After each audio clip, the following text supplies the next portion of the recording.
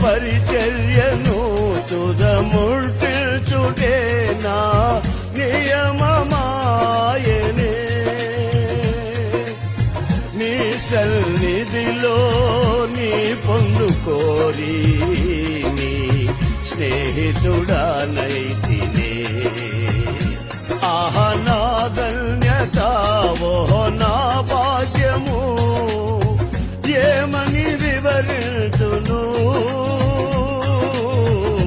ఏమని వివరించు